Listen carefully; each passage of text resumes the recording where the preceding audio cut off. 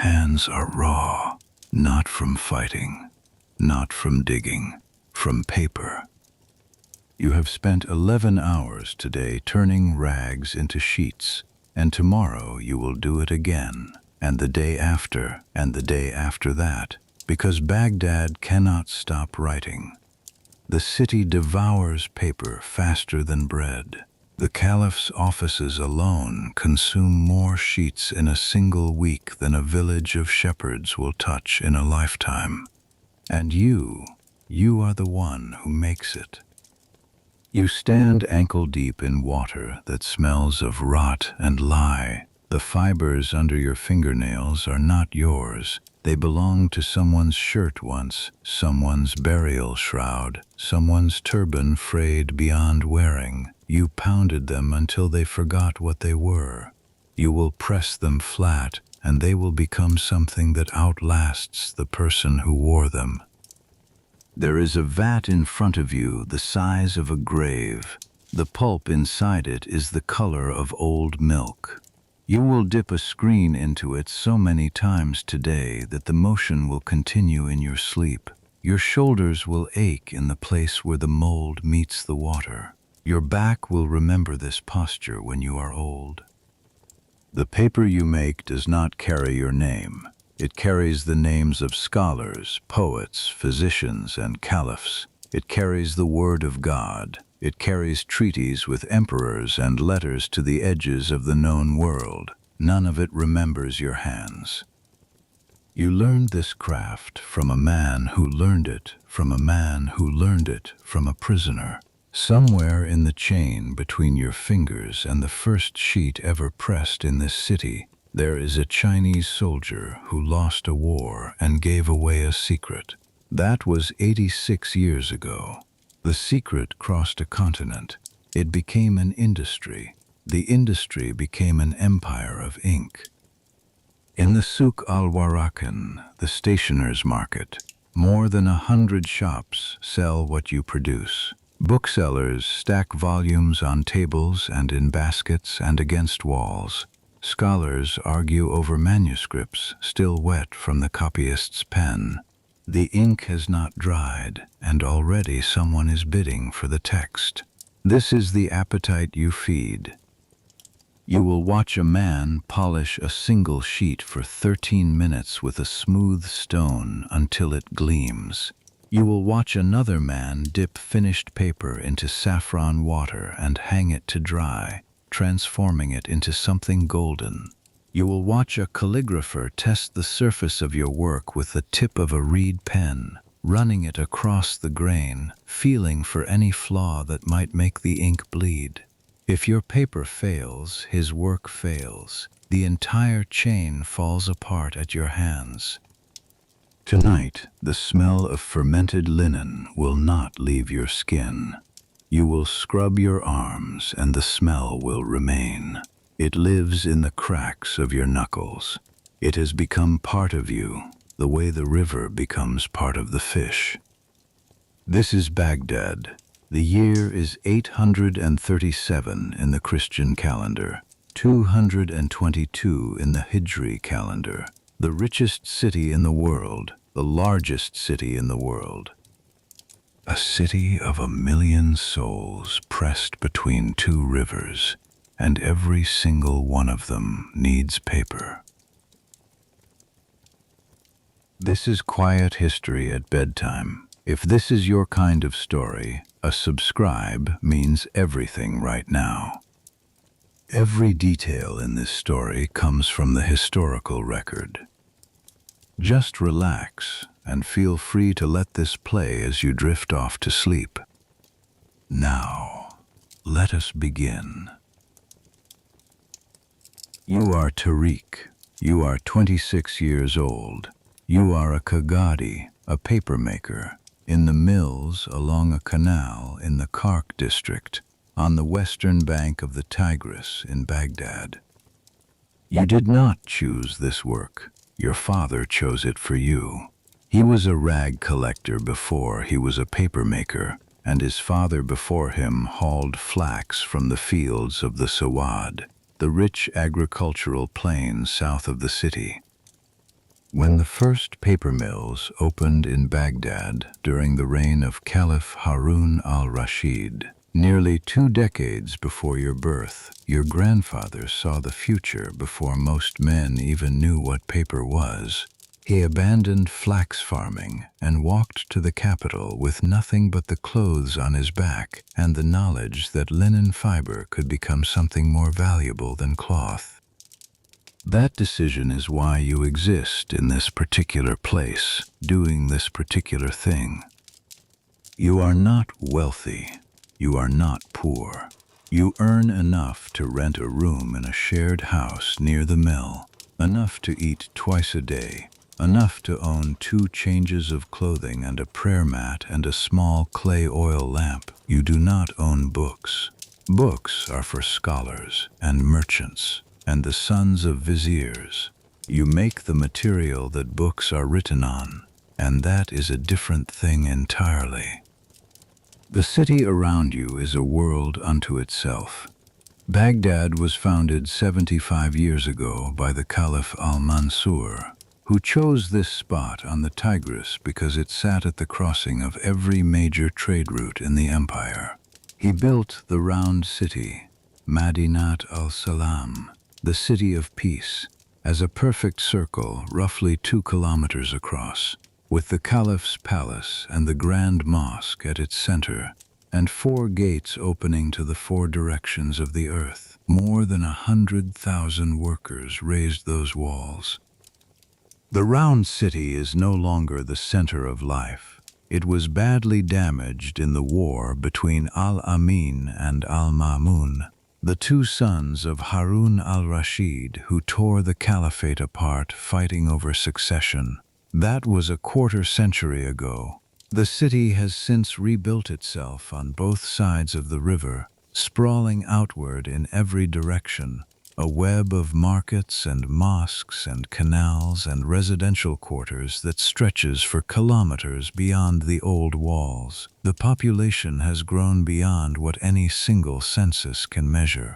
Estimates range from several 100,000 to over 1 million. No one knows for certain. What is certain is that this is the largest city on earth, larger than Constantinople, larger than Chang'an, larger than any city the Roman Empire ever built. The current caliph is al-Mutasim. He is the 8th Abbasid caliph, son of Harun al-Rashid, by a Turkish concubine. He does not live in Baghdad. He moved the capital north to Samarra last year, partly because his Turkish guard, the slave soldiers who now form the backbone of the Caliphate's army, had become so numerous and so unpopular among the citizens of Baghdad that riots were breaking out in the streets.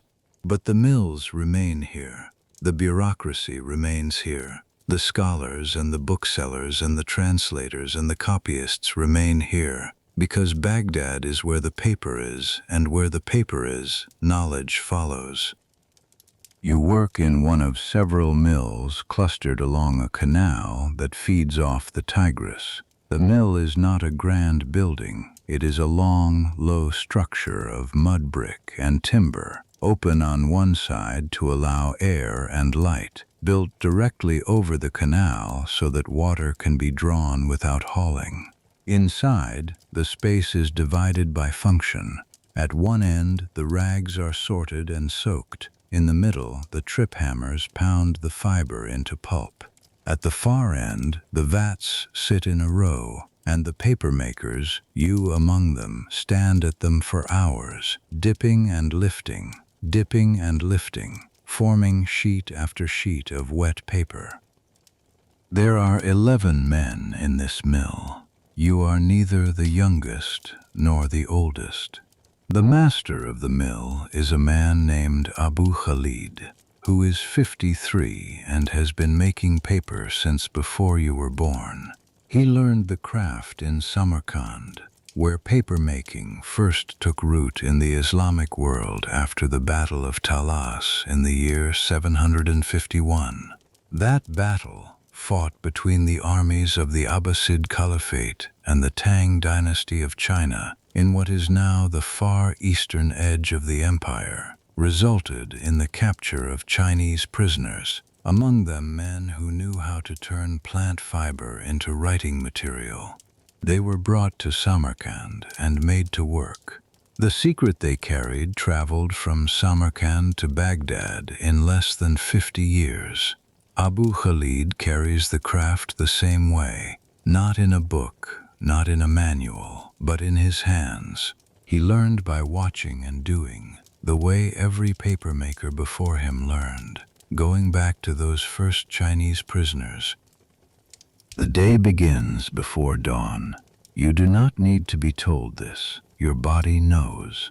The Fajr prayer comes first, and then the walk to the mill in the gray half-light, through streets that are already beginning to stir. Baghdad does not truly sleep.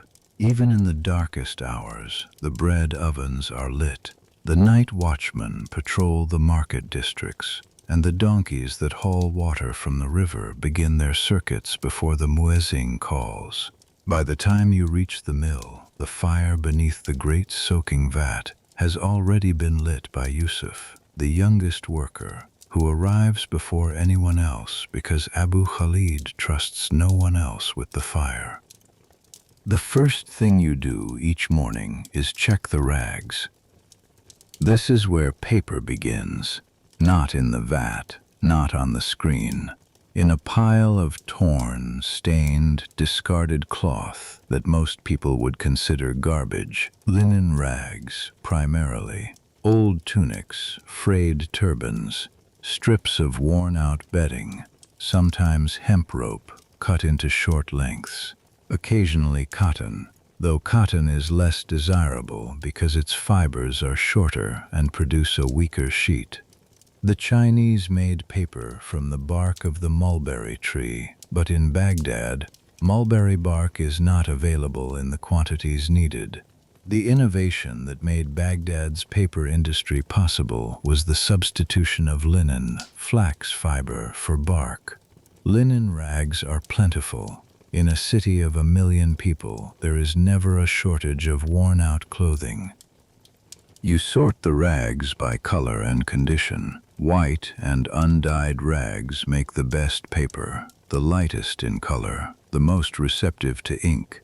Dyed rags must be separated because the color will bleed into the pulp.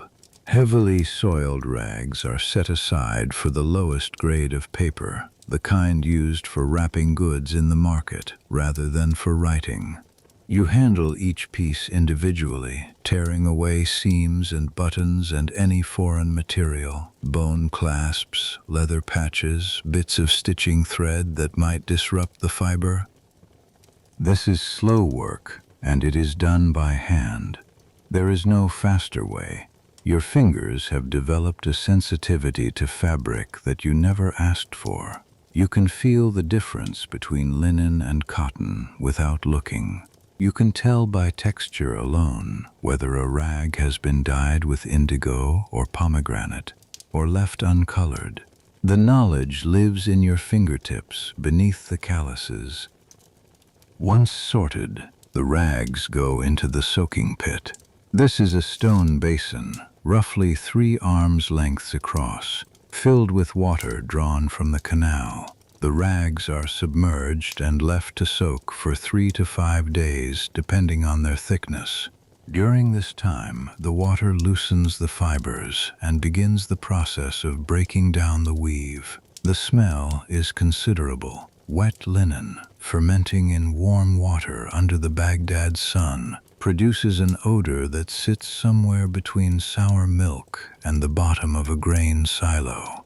You have stopped noticing it. Visitors to the mill notice it immediately. They press their sleeves to their faces and ask how you can bear it. You bear it because you have no choice, and because after a while the nose simply gives up.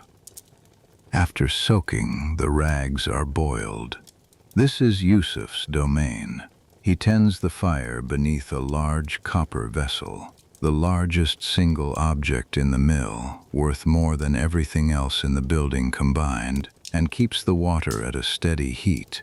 The rags boil for several hours in water mixed with wood ash, which produces a crude lye. This alkaline bath strips out the remaining dye, loosens the dirt, and further weakens the fiber structure. When the rags come out of the boiling vessel, they are gray and limp, barely recognizable as cloth.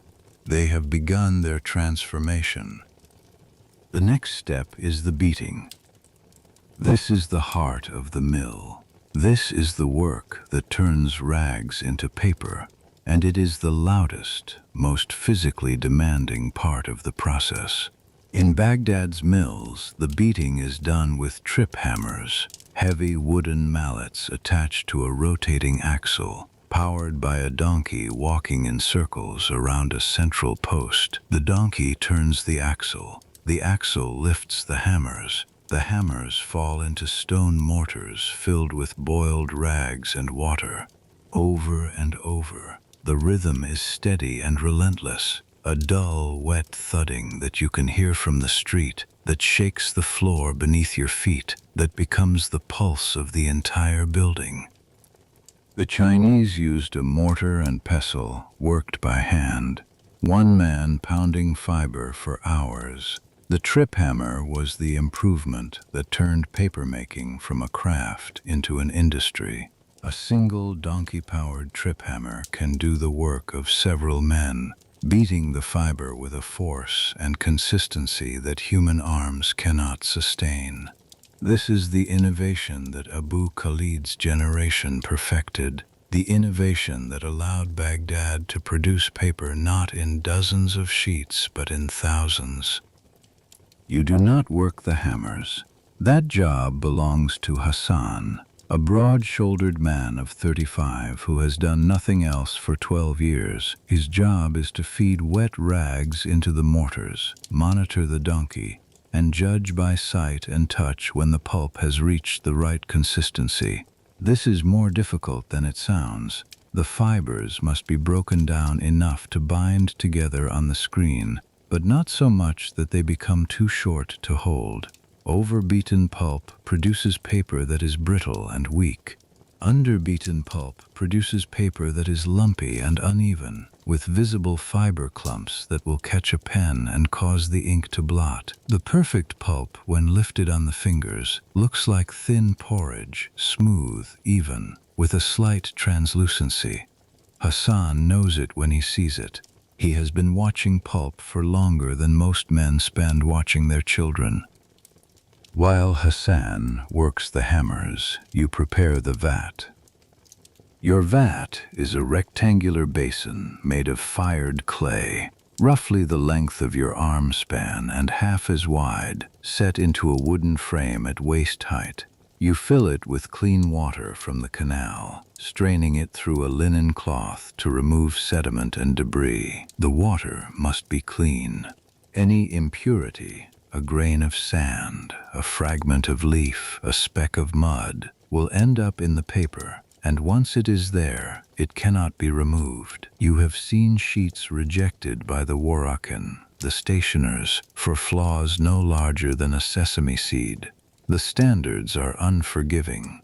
The calligraphers who buy this paper are artists, and they demand perfection. When the pulp is ready, Hassan carries it to your vat in a wooden bucket, and you mix it into the water with your hands, stirring until the consistency is even, a thin, milky suspension of fiber floating uniformly through the liquid. This is your sea. You will fish sheets out of it for the rest of the day. The mold is a simple tool, but everything depends on it. It is a rectangular wooden frame, the same dimensions as the finished sheet, across which a flexible screen has been stretched. The screen is woven from grass or reed, bound with horsehair, fine enough to catch the fiber but open enough to let the water drain through. When you dip the mold into the vat, you submerge it at a slight angle, then lift it horizontally out of the pulp suspension. As the water drains through the screen, a thin mat of interlocking fibers is left behind. This mat is a sheet of paper. In theory, in practice, everything can go wrong. If you dip too quickly, the layer of fiber is uneven. thick in the center, thin at the edges. If you dip too slowly, the fiber settles before you can lift, and the sheet is lumpy. If the angle is wrong, one side is thicker than the other, and the calligrapher will notice when his pen moves differently across the left half of the page than the right. If the pulp is too dilute, the sheet is tissue thin and tears when handled. If the pulp is too thick, the sheet is heavy and opaque and wastes fiber. The correct dip is a motion of the whole body, knees, hips, shoulders, wrists, coordinated into a single gesture that takes less than 3 seconds and must be performed identically hundreds of times a day. You learned this motion from Abu Khalid. It took you 2 years to produce a sheet he considered acceptable. 2 years of standing at the vat, dipping and lifting, while he watched silently from behind, saying nothing when you failed, and saying almost nothing when you succeeded. The most he ever said about a good sheet was a single word, taib, good. That word from his mouth was worth more than praise from anyone else in the city. You dip now. The mold enters the water, and you feel the resistance of the pulp against the screen. You lift, keeping the frame level, and the water begins to pour through the weave. The sound is a soft rushing, like a small stream over flat stones. The fiber settles. You can see it forming, a pale, wet rectangle of interlocking threads, so thin you can see the shadow of the screen beneath it. You hold the mold steady for a count of 10, letting the water drain completely. Then tip the frame and lay the wet sheet onto a stack of previously formed sheets.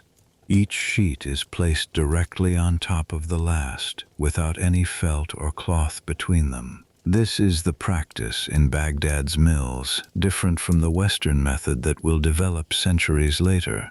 The sheets will be pressed together into a stack and separated only after drying. You dip again, and again, and again. The rhythm settles into your body. Your mind empties. This is not meditation. It is the opposite of thought. It is the body performing a task so thoroughly rehearsed that the mind is free to wander or simply go blank. The sound of the trip hammers in the background.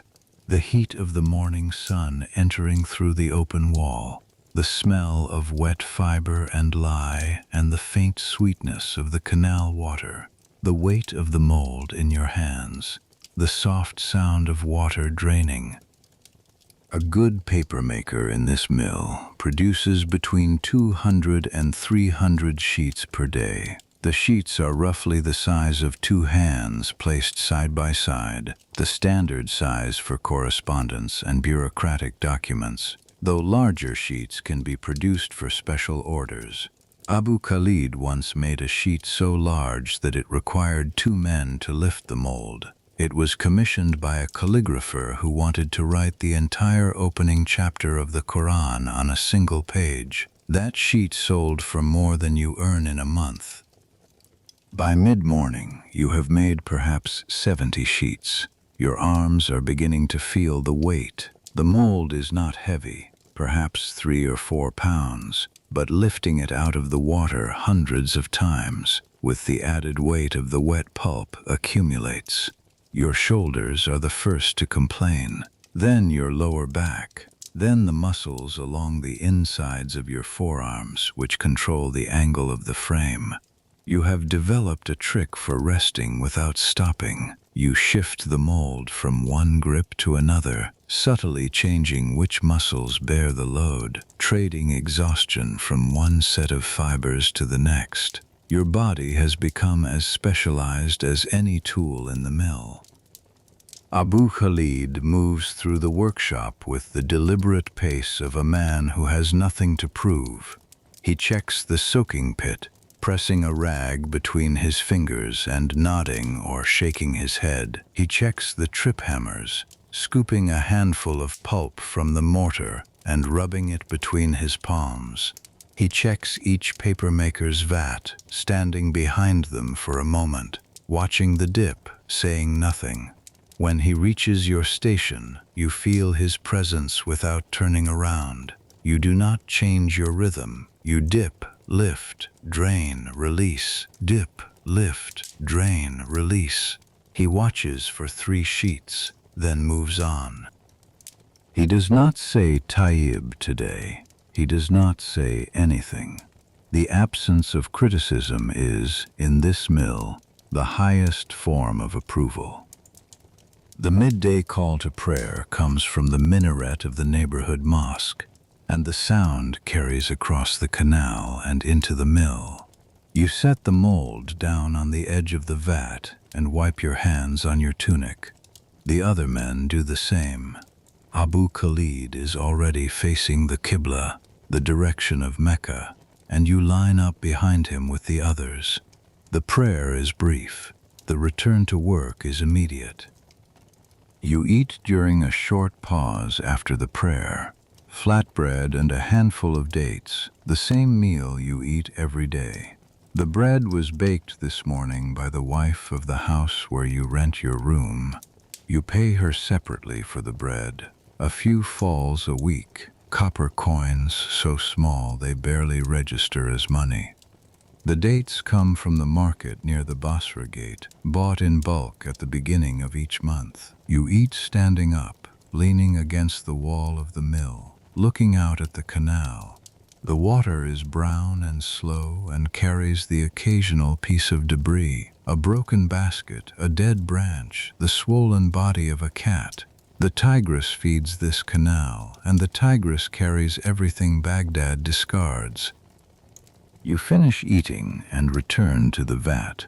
The pulp has settled slightly while you are away, and you stir it again with your hands, bringing the fibers back into suspension. The afternoon will be the same as the morning. Dip, lift, drain, release. The only difference is the heat. By afternoon, the temperature inside the mill rises to a level that makes the air feel like something you are breathing through cloth. The open wall helps, but not enough. Sweat runs from your hairline into your eyes. You blink it away. Wiping your face with wet hands would transfer fiber to your skin, and from your skin to the next sheet. You have learned to sweat without touching your face. By late afternoon, your stack of formed sheets has grown to roughly 160. They sit in a wet pile on a wooden board, each sheet resting on the last, a pale tower of fiber and water.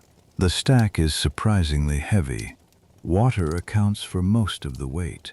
Each sheet holds many times its dry weight in moisture. This water must be removed before the paper can be used, and the removal happens in 2 stages, pressing and drying. The press is a simple device. 2 flat wooden boards, slightly larger than the paper, with a heavy stone placed on top. You slide the stack of sheets between the boards and position the stone. The weight squeezes water out of the fibers, and the liquid runs in thin streams off the edges of the board and onto the floor, where it follows the slope of the ground back toward the canal. You leave the stack under pressure for several hours, sometimes overnight, depending on how many sheets are in the pile and how thick they are. The pressing does 2 things. It removes water, and it compresses the fibers into tighter contact with each other, which strengthens the finished sheet. Paper that has not been adequately pressed is soft and spongy and tears too easily.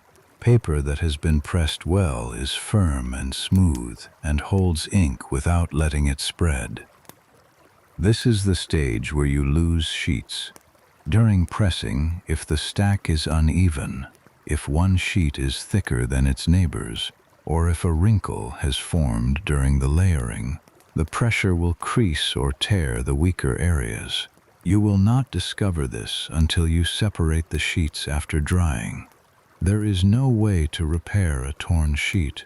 It goes back into the pulp. The fiber is not wasted, but the labor is. A single torn sheet represents 3 seconds of dipping, 10 seconds of draining, and the accumulated skill of years, all of it returned to the beginning, reduced back to the raw material it came from. Tomorrow morning, you will separate today's pressed sheets and hang them to dry. The drying happens on the walls, not interior walls, the exterior mud brick walls of the mill and the adjacent buildings, which face south and absorb the full force of the Baghdad sun. You take each wet sheet, carefully peeling it from the stack. This requires patience because the sheets bond to each other under pressure, and pulling too quickly will tear the surface and press it flat against the sunlit wall. The moisture in the sheet acts as an adhesive, holding it in place. The wall becomes a gallery of pale rectangles, dozens of them arranged in rows, drying in the heat. On a clear day, a sheet dries in 2 to 3 hours. On a humid day, or during the brief winter rains, drying can take a full day or longer. In summer, the process is almost too fast. The edges dry before the center, causing the sheet to curl and warp. You monitor the drying sheets throughout the day, pressing the edges back against the wall when they begin to lift, rotating sheets that are drying unevenly. This is tedious, meticulous work, the kind that punishes impatience. A sheet dried too quickly is a sheet that will curl on the calligrapher's desk and refuse to lie flat under his pen. When the sheets are dry, they are stiff and rough. They crackle slightly when handled, and the surface has a texture like fine linen, which is exactly what it is, linen fiber reformed into a new shape. You can see the faint lines of the screen imprinted on one side, parallel marks where the grass or reed ribs of the mold pressed against the wet pulp. These are called laid lines, and they are a fingerprint of the mill. Every mold produces its own pattern. A trained eye can identify which mill a sheet came from by examining these lines alone. But a dry, unsized sheet of paper is not yet ready for use. It will absorb ink like cloth absorbs water. The letters will bleed and spread and become illegible. The sheet must be sealed.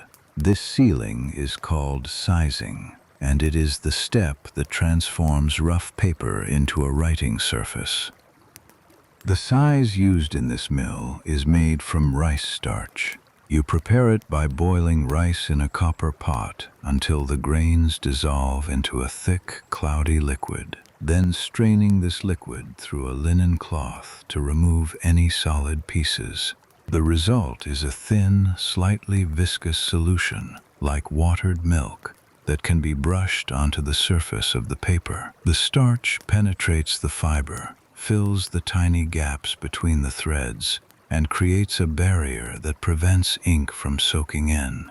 A properly sized sheet holds ink on its surface where it can dry in the precise shape the calligrapher intended. You size each sheet individually using a broad, flat brush made of horsehair. One side first, then the other after the first side has dried. The brush strokes must be even and consistent. Too much starch and the surface becomes glossy and slick, and the ink will not adhere at all. Too little starch and the ink will still bleed. The correct amount is learned by doing, by sizing hundreds of sheets and seeing which ones the calligraphers accept and which ones they reject. Abu Khalid taught you this the same way he taught you to dip the mold, by standing behind you in silence, watching, letting you fail, and letting your failures teach you. After sizing, the sheet is dried again, and then comes the final step, the step that separates adequate paper from extraordinary paper, burnishing. Burnishing is the polishing of the paper's surface with a smooth, hard object, A piece of polished glass, a rounded agate stone, or a shell, rubbed back and forth across the sheet until the surface becomes perfectly smooth, almost shining. You lay the sheet on a concave wooden board which holds it steady and provides a firm backing, and then you rub, diagonal strokes, one direction and then the other, covering the entire surface. The pressure must be firm but not so heavy that it tears the fiber. The motion must be steady and even. A well-burnished sheet feels like silk under the fingers. It gleams faintly in the light. When a calligrapher touches it with the tip of his reed pen, the nib glides without catching, and the ink flows in lines so clean they seem to have been printed rather than written. Burnishing a single sheet takes between 10 and 15 minutes. It is the most time-consuming step in the entire process, and it is the reason that the finest paper is expensive. You can form a sheet in 3 seconds, press it in hours, dry it in a morning, size it in minutes. But burnishing demands sustained, focused attention for each individual sheet. There is no shortcut. There is no tool that can do it faster. It is the human hand, a smooth stone, and time. Not every sheet receives this treatment. The cheapest paper, the wrapping paper, the paper used for informal notes and market receipts, is sold unsized and unburnished, rough and absorbent, perfectly adequate for its purpose. The mid-grade paper is sized but only lightly burnished, suitable for administrative documents and ordinary correspondence. The finest paper, the paper that ends up in the hands of master calligraphers and in the libraries of scholars, is sized twice, burnished on both sides, and sometimes tinted with a wash of saffron or pomegranate rind before the final polish. This paper can take a full day to finish, from formation to final burnish, and a single sheet of it sells for more than a laborer earns in a week. You do not make the finest paper. Not yet. That work belongs to the senior men, Abu Khalid himself, and 2 others who have been in the mill for more than 20 years. You make the middle grade, the paper that keeps the empire running, the paper that the diwans, the government offices, consume by the stack. The Abbasid bureaucracy is enormous. There are separate offices for taxation, for the military, for land surveys, for correspondence with provincial governors, for judicial records, for intelligence, for the treasury. Each of these offices employs dozens of scribes, and each scribe uses paper daily. The Grand Vizier Al-Fadl ibn Yahya, a generation ago, ordered that all official documents be written on paper rather than parchment or papyrus. That single decree created the industry you now work in. Parchment required the skin of a sheep or a goat. A single book of 100 pages required 50 animals. The cost was extraordinary. Papyrus was cheaper, but it was imported from Egypt, where the papyrus plant grows along the Nile, and the supply was unreliable. Paper can be made from rags, and rags are as plentiful as the people who wear them. In a city like Baghdad, the raw material for paper is effectively unlimited. This is why paper won, not because it was better. In some ways, parchment is more durable, but because it was cheaper, and because it could be produced locally, in any quantity by men like you. The afternoon light shifts. The shadows of the mill beams move across the floor like the hands of a sundial. You have been at the vat for 9 hours. Your stack of sheets stands at 212. This is a good day, not exceptional, but good. Abu Khalid will be satisfied, though he will never say so. You clean the vat by scooping out the remaining pulp with a wooden paddle and storing it in a covered bucket for tomorrow. The pulp does not spoil quickly. The alkaline residue from the lye treatment acts as a preservative, but it must be kept covered to prevent contamination. A single insect that falls into the pulp and gets pressed into a sheet will create a dark spot that cannot be removed. You have seen it happen. You have learned to cover the bucket. You rinse the mold in the canal, shaking the water off the screen and setting it on a wooden rack to dry. The screen must be inspected daily for damage. A single broken thread in the weave will create a thin spot in every sheet you produce, and if you do not catch it, an entire day's work will be flawed. You run your fingers over the surface, feeling for any irregularity. Today the screen is intact. You hang it and turn away. The walk home takes you through the western edge of the Souk al-Warakan. You do not enter the market. You have no business there today, but you pass close enough to hear it. The stationer's market is the noisiest intellectual space you have ever encountered. Scholars argue. Booksellers call out titles. Copyists sit cross-legged on mats in the front of their shops, reed pens moving across pages, producing manuscripts for sale. The sound of 100 conversations about texts and ideas and prices washes over you like the sound of the river. The Warakin, the stationers, are a class apart from you. The word warak comes from warak, which means paper. But a warak is not a papermaker. A warak is something more. He is a bookseller, a copyist, a publisher, a stationer, and sometimes a scholar in his own right. The Warakin stand at the intersection of knowledge and commerce, buying paper from men like you and selling finished books to scholars and collectors. In biographical dictionaries of the era, Warak appears as an occupational title alongside Katib, the secretary.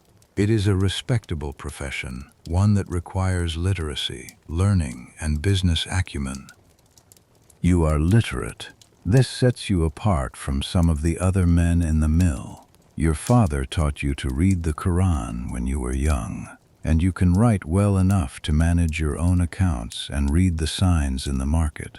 But you are not a scholar.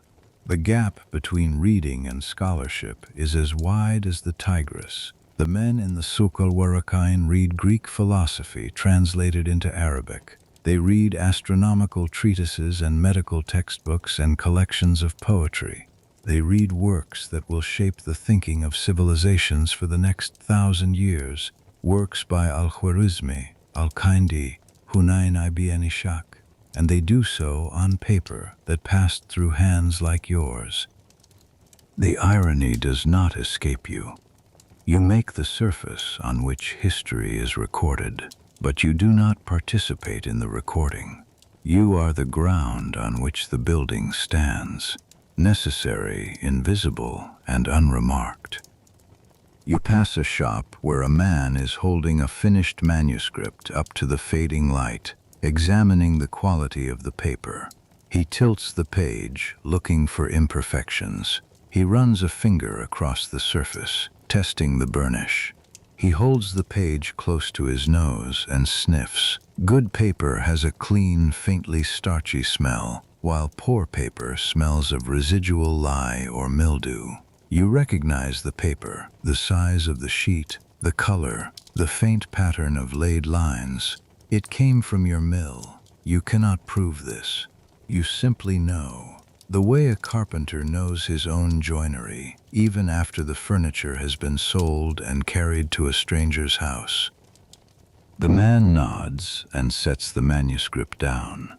The paper has passed inspection. Somewhere in that gesture, that small nod of approval from a man who does not know you exist, is the only acknowledgement your work will ever receive. You continue walking. The streets narrow as you move away from the market and into the residential quarter. The buildings here are 2 stories high, mud brick below and timber above, with flat roofs where families sleep during the hottest months. The streets are unpaved but clean. Baghdad employs a sanitation workforce that sweeps the main thoroughfares and collects refuse. The smell of cooking fires mingles with the scent of jasmine from a courtyard garden. A woman's voice carries from behind a latticed window, singing something you cannot quite hear. Children are playing a game with stones in a doorway. Your room is on the second floor of a house shared by 4 families. You remove your sandals at the bottom of the stairs and climb in bare feet. The stairs are worn smooth by years of use. The room contains a sleeping mat, a prayer rug, a clay water jug, a small wooden chest for your clothing, and the oil lamp. There is a window that looks out over the rooftops toward the river. On clear evenings, you can see the last light on the water, a band of gold that narrows and disappears as the sun drops below the western horizon. You pour water from the jug over your hands and wash. The smell of the mill, lye and wet fiber, and the faint mustiness of fermented linen clings to you despite the washing. It is in your skin. It is in the fibers of your clothing. Your hands are rough and cracked, the skin between your fingers perpetually irritated by the alkaline water. You rub olive oil into the cracks, a habit you learned from the older men in the mill. It helps, but it does not cure. The hands of a papermaker are the hands of a papermaker for life. The evening call to prayer. You unroll the prayer rug and face southeast toward Mecca and perform the Maghrib prayer. The words are familiar as breathing. They have been spoken 5 times a day, every day of your life, since you were old enough to stand and bow. After the prayer, you sit by the window. The city is settling into its evening rhythm. The market noise has faded. The call of vendors has been replaced by the quieter sounds of domestic life. The clinking of cookware, the murmur of conversation, the distant barking of dogs. The Tigris is barely visible in the dimming light, a dark ribbon between the buildings. You think about the paper you made today, 212 sheets. Each one roughly the same size, roughly the same thickness, roughly the same quality. Each one will go to the storeroom, where it will be stacked with sheets from other days and other makers, bundled into reams of 500, and delivered to the Souk al-Warakan for sale. From the souk, each sheet will follow its own path. One might end up under the pen of a scholar translating Aristotle from Greek into Arabic. Another might carry a merchant's letter to a trading partner in Damascus. Another might become a page of the Quran, the most sacred use to which paper can be put, though for that purpose many still prefer the older material, vellum, the specially prepared skin of a young calf. But paper is gaining ground even in sacred texts. The cost difference is too large to ignore. A single sheet of vellum costs more than a dozen sheets of paper. The future belongs to the cheaper material. The future belongs to you. The oil lamp flickers. Outside, the sky has turned the deep blue that comes before true darkness. Somewhere in the city, a scholar is still writing. He dips his reed pen into a ceramic inkwell filled with carbon black ink, soot mixed with gum arabic and water, and draws a line of Arabic script across a sheet of paper. The pen moves from right to left, and the ink flows in curves and angles and dots, and the words form sentences, and the sentences form arguments, and the arguments become knowledge. The paper holds all of it. The paper that came from rags, that came from worn-out clothing, that came from the bodies of ordinary people who never expected their discarded shirts to carry the thoughts of philosophers. You lower the wick of the oil lamp. The flame shrinks to a blue point and then goes out. The room is dark, except for the faint glow of the sky through the window. You lie on the sleeping mat. The mat is thin, and you can feel the packed earth floor beneath it. Your shoulders ache.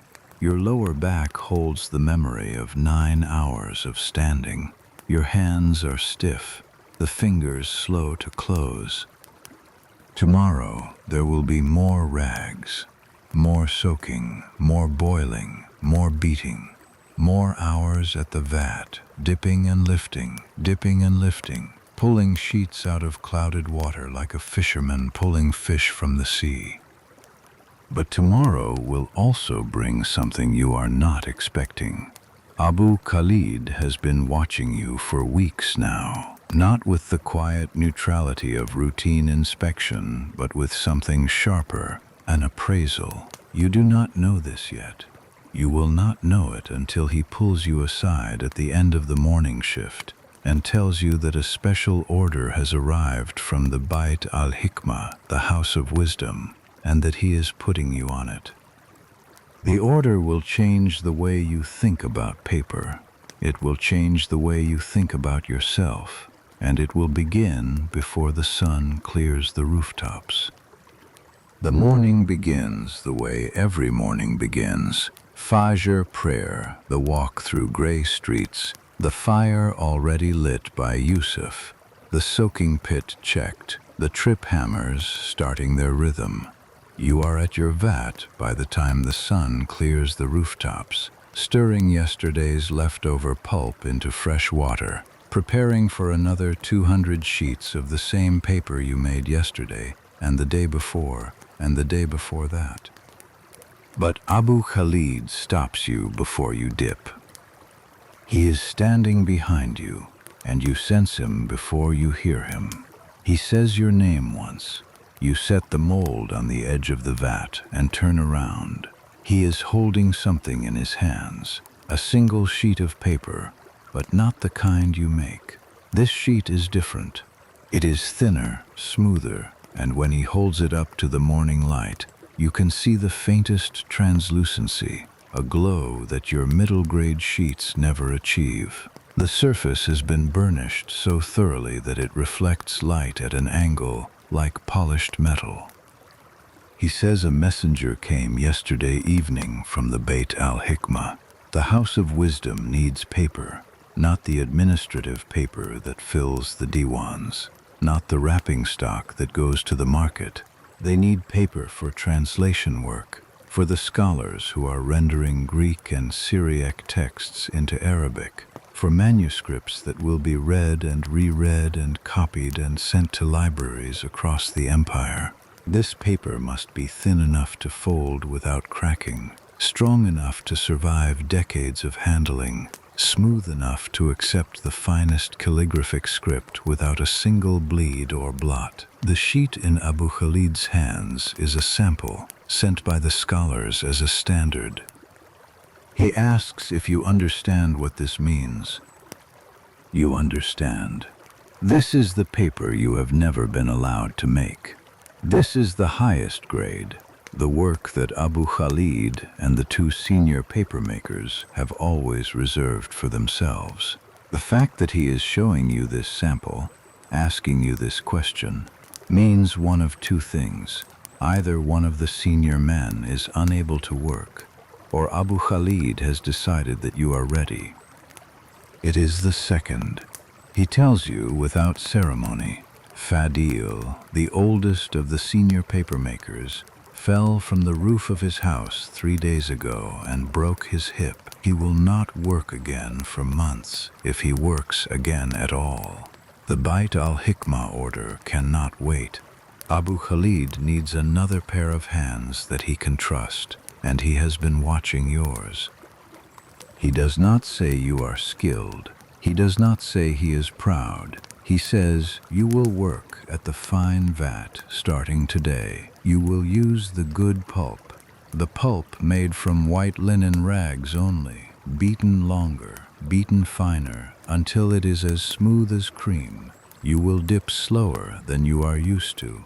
You will make fewer sheets, perhaps 60 or 80 in a day instead of 200. Every one of them must be perfect. Any sheet that does not match the sample will go back into the pulp. He hands you the sample sheet and walks away. You hold it up to the light the way he did. The fibers are so finely beaten that they are invisible to the naked eye. The sheet is uniform in thickness. No thin spots, no thick edges, no variation anywhere. The laid lines from the mold are barely perceptible, finer than the lines in the paper you make, which means the screen was woven from thinner grass or finer reed. The surface is glassy from burnishing, with a faint diagonal pattern where the agate stone was rubbed across it, stroke after stroke, for 10 or 15 minutes per side. This is the paper that Hunayn ibn Ishaq writes on. You know his name. Everyone in Baghdad knows his name. He is the most famous translator in the empire, a Nestorian Christian from Al-Hira who mastered 4 languages, Arabic, Syriac, Greek, and Persian, and now leads the translation effort at the Beit al-Hikmah. He translates the works of Galen, the Greek physician whose medical texts are considered the foundation of all healing knowledge. Hunayn personally translated 129 of Galen's works. He travels to Byzantium and Syria and Palestine to find manuscripts, carrying them back to Baghdad in saddlebags, treating them like they are more valuable than gold. Because they are. The paper he uses must match his precision. A translator of Hunayn's caliber does not write on rough stock. Every letter he sets down must be clear. Every line must be straight. Every page must lie flat on the reading stand without curling. If the paper bleeds, the ink spreads, and the text becomes ambiguous, and ambiguity in a medical text can mean the difference between healing and harming a patient. The paper is not just a surface, it is part of the accuracy. You carry the sample sheet to the fine vat, which sits at the far end of the mill, separated from the regular production area by a low wall of mud brick. This space is quieter. The trip hammers are farther away, their sound reduced to a distant pulse. The light is better. Abu Khalid positioned this vat beneath a window that faces east, so the papermaker can see the thickness of the pulp layer as it forms on the screen. A shelf along the wall holds the tools of fine papermaking, a smaller mold with a finer screen, a set of horsehair brushes for sizing, a bowl of rice starch already prepared, and 3 burnishing stones, 2 of agate and 1 of polished glass, each one rubbed smooth by years of use. The pulp for the fine paper is already prepared. Hassan beat it yesterday afternoon under Abu Khalid's supervision, running the trip hammers for twice as long as he normally would. The result is a pulp so fine that when you stir it with your hand, it feels like liquid silk. There are no fiber clumps, no lumps, no grit. The consistency is uniform, almost gelatinous. When you lift your hand out of the bucket, the pulp clings to your fingers in a thin, even coat, and you can see through it. You pour the fine pulp into the vat and add water, stirring slowly. The ratio of pulp to water is different for fine paper. More water, less fiber, producing thinner sheets. You stir until the suspension is even, then let it settle for a moment, watching the way the light moves through the liquid. The surface should be smooth and still, with no eddies or currents that would disrupt the fiber distribution. You pick up the fine mold. It is smaller than your regular mold and lighter. The screen is woven from grass so thin it looks like hair, bound with threads finer than any you have seen in the regular screens. You test the tension by pressing a finger against the center. The screen flexes slightly but does not sag. It is taut and even.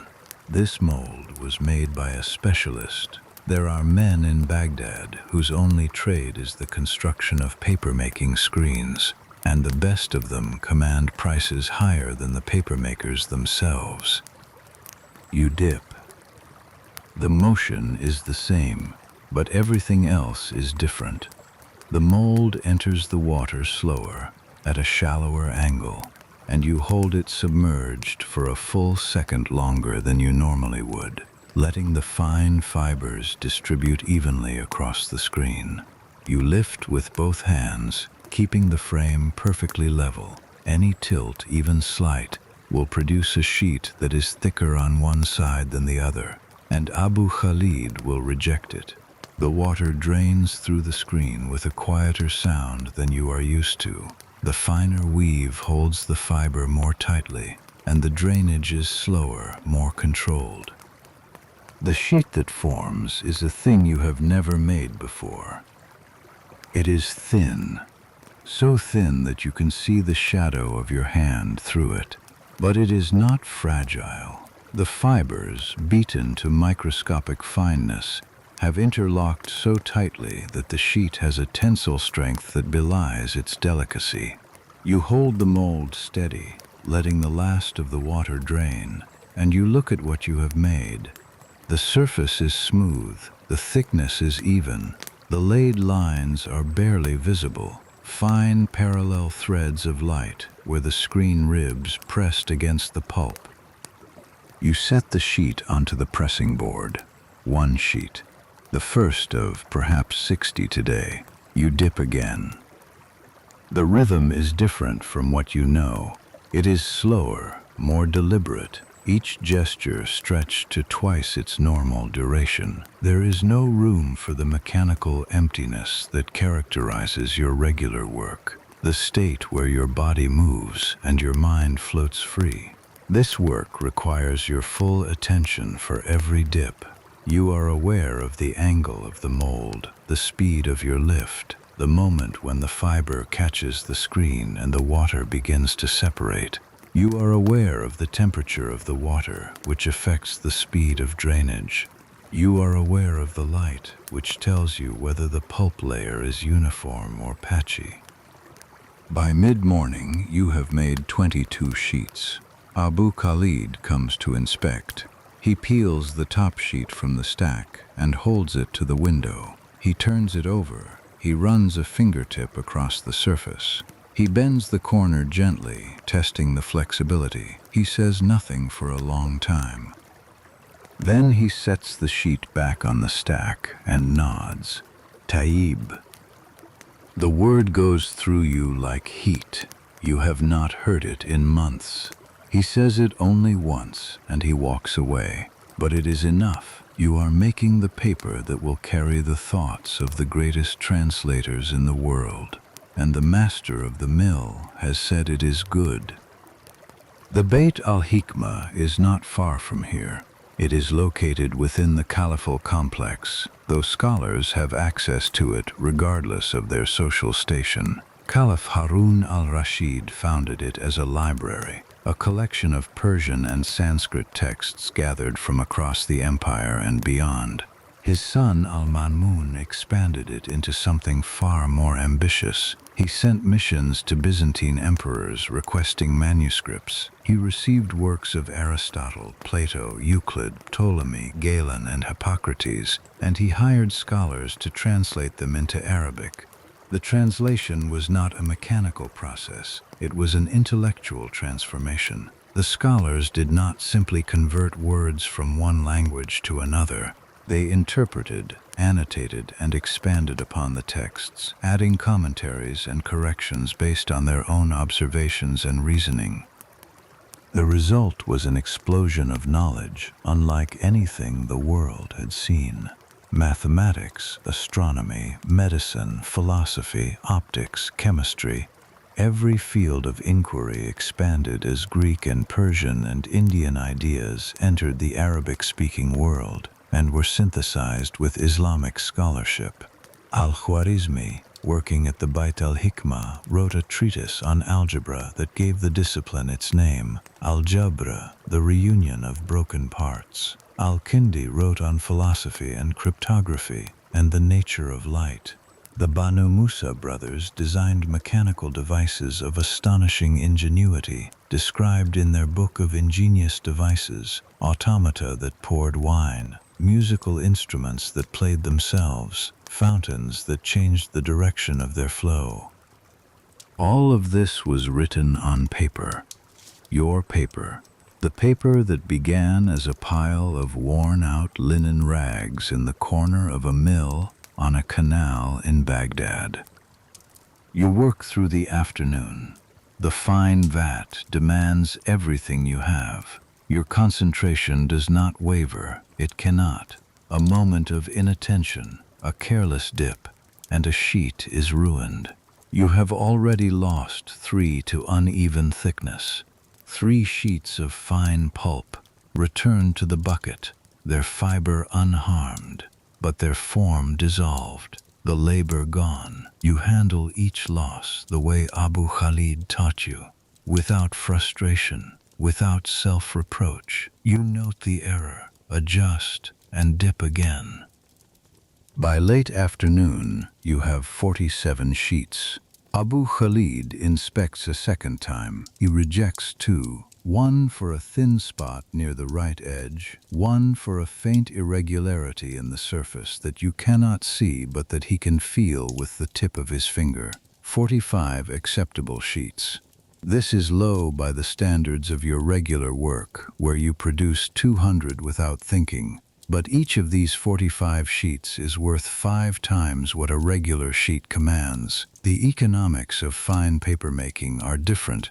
Fewer sheets, higher price, greater risk. The rejected sheets go back into the pulp. The fiber is not wasted, only the time. After the last dip of the day, you clean the fine mold with the care of a surgeon cleaning instruments. You rinse the screen in clean water, not canal water, but water drawn from the jug kept specifically for this purpose. You inspect every thread of the grass weave, feeling for damage with the tips of your fingers. A single broken fiber in the screen will produce a flaw in every sheet you make until it is repaired, and the screen cannot be repaired quickly. You find no damage today. You hang the mold on the wall and cover the vat.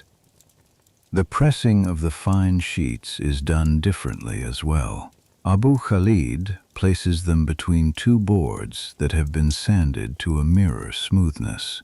No splinters, no rough patches that might imprint on the paper.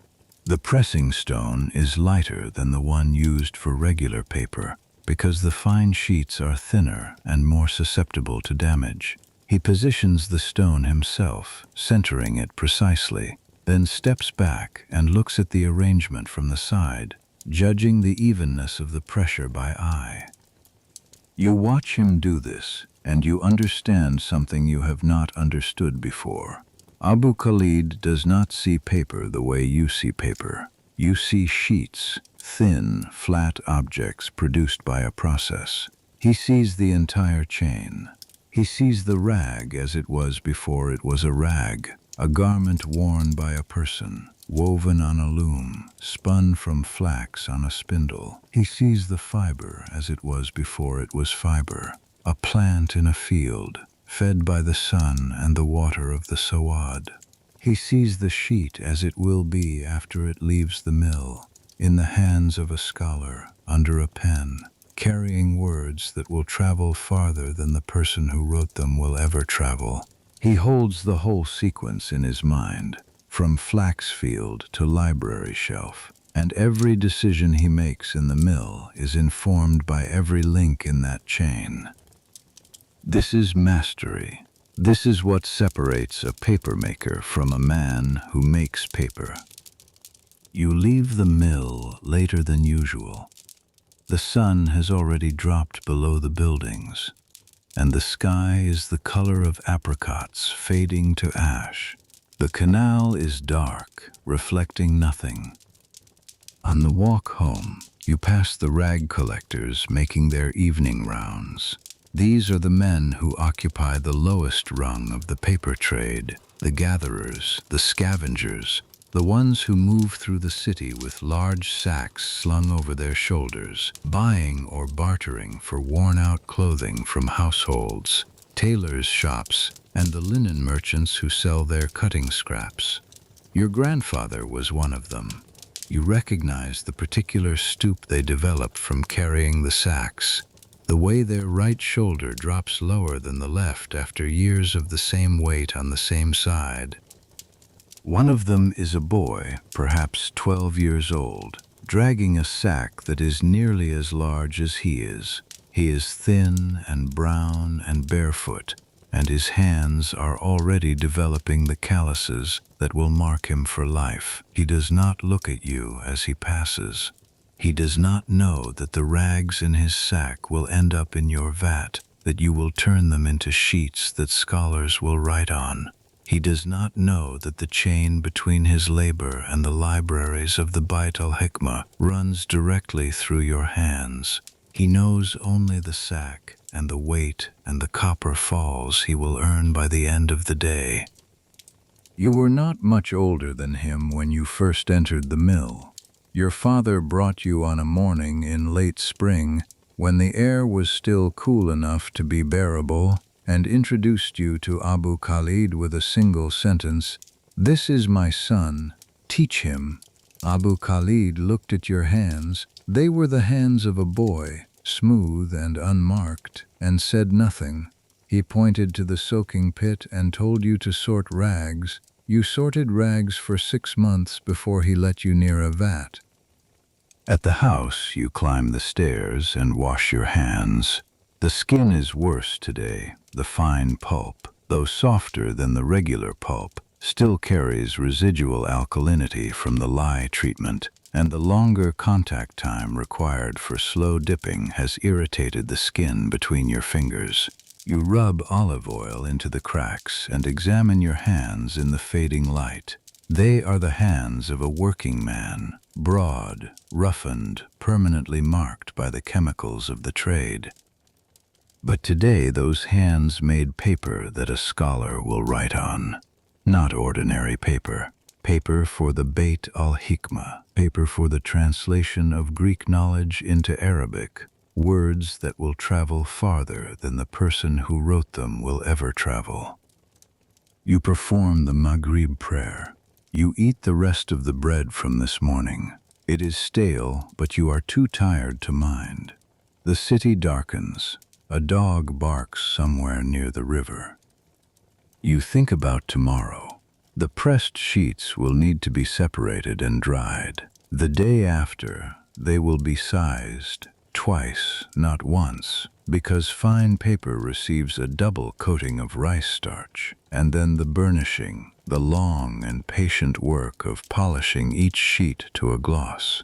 Abu Khalid will do the burnishing himself, but he has said that he will let you watch. He has never let you watch before. The next morning, you arrive at the mill to find the pressed stack of fine sheets already positioned on the drying bench. Abu Khalid has been here before dawn. He has separated the sheets himself, peeling each one from the stack with a patience and delicacy that borders on the reverent.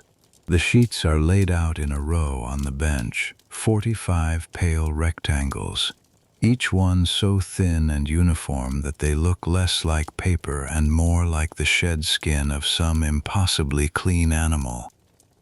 He has already rejected one more, a sheet that looked perfect in the stack but showed a hairline crease when he held it at an angle. 44. The crease was invisible to you, even when he pointed to it. It will become visible, he tells you, when the sizing is applied. The starch will darken the crease, making it stand out as a line that catches the calligrapher's eye and disrupts his flow. A calligrapher who encounters a crease in the middle of a word will lose his rhythm, and a calligrapher who loses his rhythm will waste the sheet. The cost of a crease is not the paper, it is the ink, the time, and the text that must be rewritten. You carry the sheets outside and press them against the south-facing wall to dry. The morning sun is gentle enough that the drying will be slow and even. You check them every quarter hour, pressing down any edges that begin to curl, smoothing any areas that buckle. The fine sheets are more sensitive to drying conditions than the regular stock. They are thinner, with less fiber to absorb the stress of moisture loss, and they respond to uneven heat by warping in ways that cannot be corrected after the fact. A warped sheet, even slightly, will not lie flat on a desk, and a translator who must constantly press his paper down while writing will grow frustrated and request a different supplier. While the sheets dry, you return to the regular vat. Abu Khalid has not relieved you of your normal duties entirely. The diwans still need their paper, and the mill cannot afford to lose your production. You make regular sheets for the remainder of the morning, dipping at your usual pace, producing the mid-grade stock that you could make in your sleep. The contrast with the fine work is striking. Your body relaxes into the familiar rhythm. Your mind drifts. The regular vat feels like coming home after a journey, comfortable, automatic, requiring nothing of you that you have not already given 1,000 times. But something has changed. The regular sheets feel coarser in your hands. The pulp looks rougher, the fiber clumps more visible, the laid lines more pronounced. You are seeing your own work with new eyes, the eyes of a man who has held the finest paper in Baghdad against the light and been told he can make its equal. The regular paper has not changed. You have. The order takes 9 days to complete. 9 days of slow, careful work at the vat, followed by pressing, drying, sizing, drying again, sizing again, drying a third time, and burnishing. By the end, your hands have developed new calluses, not from the mold, but from the agate stone. The pad of your right thumb, where you press against the handle during the diagonal strokes, is thick and hard. Your right forearm is visibly larger than your left, swollen with the repetitive motion of burnishing. Your body has reshaped itself around this single task. 300 sheets, each one inspected by Abu Khalid, each one held up to the light, turned, examined, tested with a fingernail. He rejects 7, 4 for uneven thickness, 2 for surface blemishes, tiny imperfections in the burnish that you can barely see but that he finds instantly, the way a hawk finds a mouse in a field of dry grass. 1 for a faint discoloration near the edge, possibly from a droplet of canal water that landed on the sheet during drying. 7 sheets returned to the pulp. 7 sheets remade, sized, dried, burnished again. The final count is 303, 3 extras in case of damage during transport. Abu Khalid wraps the sheets in layers of clean linen and packs them into 2 flat wooden crates.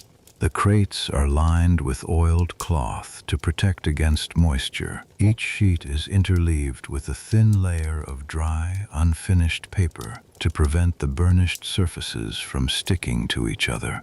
The packing takes nearly an hour, and Abu Khalid does it himself. He does not trust anyone else with the final handling. Then he tells you to deliver them. You have never been inside the Beit al-Hikmah. You have never had reason to go there. The House of Wisdom is located in the Caliphate quarter, not in the round city itself, which is mostly destroyed, but in the newer government district nearby. It is a place where scholars and translators and astronomers work under the patronage of the Caliph, a place where languages you do not speak are read and rendered into Arabic, a place where men sit in cool, quiet rooms surrounded by more books than you have ever seen in your life, writing on paper that you made. You carry one crate on your shoulder and hire a porter for the other. The walk takes you through the length of the Karka district, across the bridge of boats that spans the Tigris, and into the eastern side of the city. The bridge is a floating structure, a series of boats lashed together side by side, with planks laid across their hulls to form a walkway. It sways slightly underfoot, and the sound of the river passing beneath the hulls is a deep, continuous murmur. The Tigris at Baghdad is wide, perhaps 200 paces across, and the water is brown with the silt of Upper Mesopotamia, the same silt that makes the Sawad so fertile, the same silt that grows the flax that becomes the linen that becomes the paper on your shoulder. On the eastern bank, the streets are wider and cleaner than in Karj. The buildings are larger. You pass a hospital, a Bimaristan, that treats the sick regardless of their ability to pay. The Bimaristan was founded during the reign of Harun al-Rashid, and its physicians include Nestorian Christians, Jews, and Muslims working side by side, reading from the same medical texts, translated from the Greek of Galen and Hippocrates into Arabic so that any physician in the empire can study them. The medicine practiced here depends on texts. The texts depend on paper. This connection did not occur to you before. Today it does. You pass a mosque with a minaret so tall that the muezzin's call from its top seems to come from the sky itself. You pass a row of shops selling goods from places you have never been and will never go. Silks from China, spices from India, amber from the coast of the Baltic, furs from the forests of the Slavic lands. A perfume seller sits in front of his stall, surrounded by small glass bottles. Rose water from Shiraz, musk from Tibet, camphor from Borneo. The smell is layered and overwhelming, a cloud of fragrance that follows you for half a block. Baghdad sits at the center of a web of trade routes that stretches from the Atlantic to the Pacific, and everything passes through it, including you today carrying 303 sheets of paper to the place where the world's knowledge is being assembled. The Beit al-Hikmah is not a single building. It is a complex, several connected structures arranged around courtyards, with covered walkways linking them. Dawood meets you at the entrance and leads you through an outer courtyard where a fountain runs continuously, the sound of the water creating a boundary of calm between the noise of the city and the quiet within. You notice the smell immediately. It is the smell of paper and ink and binding glue and old parchment, layered and concentrated. The smell of a place that has been absorbing the materials of knowledge for decades. Dawood takes you to a storeroom where the paper will be catalogued and held until the translators need it. The room is cool and dry, with thick walls that keep the heat out and shelves of cedar that discourage insects. Paper is stacked on these shelves in bundles, not just from your mill, but from mills across the empire. You see papers of different sizes, different colors, different textures. Some are tinted blue with indigo, some are pale yellow with safflower. Some are so large that a single sheet takes up an entire shelf. The quantity is staggering. This room alone holds more paper than your mill produces in a year. You set down the crate. The porter sets down his. Dawood opens one crate and pulls out a sheet from the middle of the stack. Not the top or the bottom, where the best sheets are usually placed, but the middle, where a lesser papermaker might hide inferior work. He holds it up. He tilts it. He runs a finger across the surface. He places it on a table and presses the edge of a reed pen against it, not to write, but to test the resistance. The pen touches the paper and slides smoothly without catching. Dawood nods. Then he does something unexpected. He asks if you want to see the translation room. You follow him through a corridor and into a large, well-lit chamber. The room has high ceilings and arched windows that admit a steady, indirect light, the kind of light that allows scholars to read for hours without straining their eyes. Along the walls, shelves hold manuscripts in rolls and codices, arranged by subject and language.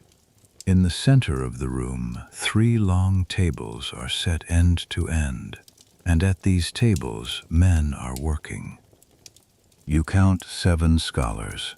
4 of them are writing, 2 are reading, comparing texts, 1 holding a Greek manuscript, the other holding a Syriac version of the same work, both checking the Arabic translation against the originals. The 7th man is standing, dictating to one of the writers, speaking in Arabic so rapidly that the pen can barely keep up. The standing man is Hunayn ibn Ishaq. You do not know this. You have never seen him.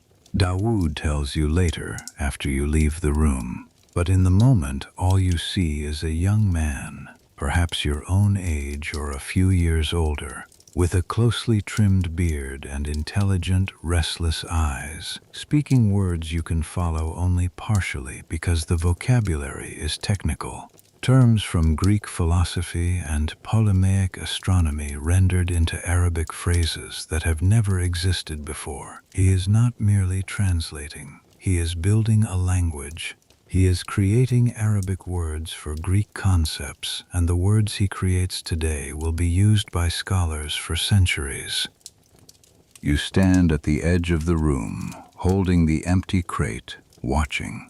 No one notices you. You are a papermaker in a room full of scholars.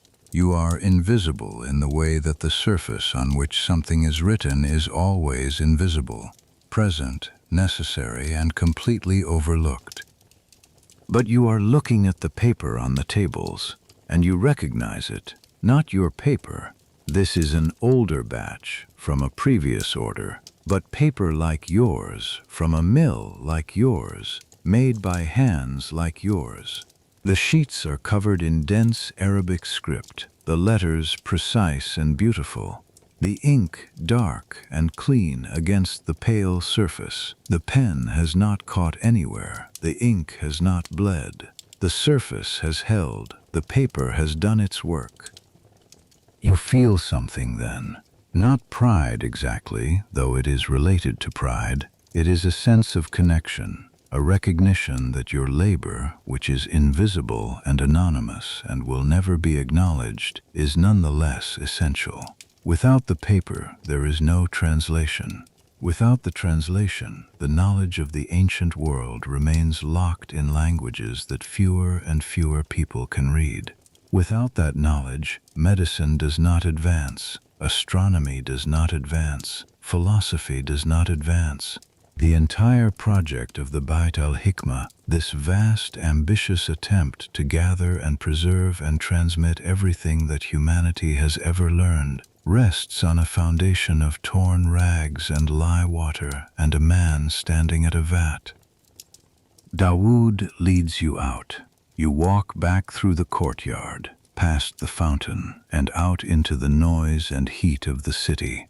The sound of the water fades behind you, and Baghdad closes in. Vendors, donkeys, children, dust, the smell of frying bread from a street stall, the distant rhythm of a coppersmith hammering metal into shape. You return the empty crates to the mill. Abu Khalid does not ask you about the delivery. He assumes it went well because you are not carrying the paper back. You resume your station at the vat, and the rest of the afternoon is ordinary work. Mid-grade paper for the government offices, the same dip-lift-drain release that you have done every day of your working life. But the motions feel changed, not in their mechanics. The mold is the same, the pulp is the same, the water is the same. What has changed is what you see when you look at the finished sheet. Before today, you saw a product. Now you see a possibility. The evening walk home takes you past the Souk al-Warakain again, and this time you enter. You have walked past this market 1,000 times. You have never walked through it. You did not feel entitled. The souk is for scholars and merchants and men of letters. You are a man of lie and fiber and calloused hands. But today you walk in. The market is narrow, the shops pressed close together, their fronts open to the street. Books are everywhere, stacked on shelves, piled on tables, hanging in leather satchels from hooks on the walls. Some are bound in leather, with titles stamped in gold. Some are simple gatherings of pages tied with cord. Some are single sheets, poems, prayers, legal opinions, medical recipes, pinned to boards for display and sale. You move slowly through the market, looking. The warakin, the booksellers and stationers, sit behind their displays, some reading, some talking to customers, some simply watching the foot traffic with the patient attention of men who deal in a commodity that does not spoil. Books do not rot. Books do not go stale. A book written 100 years ago is worth as much today as the day it was completed, and sometimes more. You pause at a bookbinder's shop. This is a craft you know nothing about, and you watch as the man works. He takes a stack of folded paper gatherings, each one consisting of several sheets folded in half and nested inside each other, and arranges them in sequence. Then he pierces holes along the spine with an awl and begins sewing the gatherings together with a heavy linen thread, the same kind of linen that your paper is made from. The thread passes through each hole, linking one gathering to the next, building a block of pages that can be opened and read. When the sewing is complete, the bookbinder trims the edges with a sharp, curved blade, making them perfectly even. Then he applies a layer of glue made from wheat paste, the same starch you use for sizing, to the spine, presses it, and sets the block aside to dry. The cover will come later. Some books are covered in simple cloth. Others are wrapped in leather, tooled with geometric patterns pressed into the surface using heated metal stamps. The most expensive bindings are covered in dyed leather, red, brown, or black, with flaps that fold over the edges of the pages to protect them from dust and light. A single well-bound manuscript can take a binder several days to complete, and the cost of binding can exceed the cost of the paper and copying combined. You realize that you are seeing your work in a context you never understood. The paper you make is not an end product. It is a beginning, the first step in a process that includes copying, binding, and distribution. Each step requires skill. Each step adds value, and the final product, the book, is something greater than the sum of its parts. The rags became paper. The paper received ink. The inked pages were sewn and bound.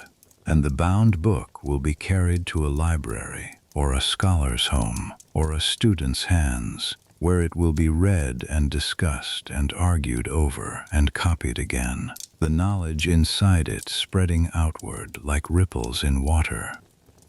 You stop at a stall where a copyist is working. He is young, perhaps your age, perhaps younger, and he sits cross-legged on a raised platform, a slanted writing board propped on his knees, a sheet of paper pinned to its surface. His reed pen moves from right to left in smooth, confident strokes, forming letters in a Naskh script that is clear and regular and beautiful. Beside him, the original text he is copying lies open on a small stand. He glances at it, reads a phrase, then writes it from memory, his eyes returning to the original only to confirm what his mind has already absorbed. You watch his pen touch the paper, your paper, You cannot know this for certain. The stall does not carry paper from a single source, but the sheet on his board has the color, the sheen, the faint pattern of laid lines that you recognize. It is the right size for your mill's standard mold. It holds ink without bleeding.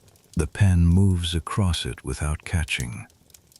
The copyist notices you watching and looks up. There is no hostility in his glance, but no warmth either. He is accustomed to being observed. His work is public. He returns to his writing without a word.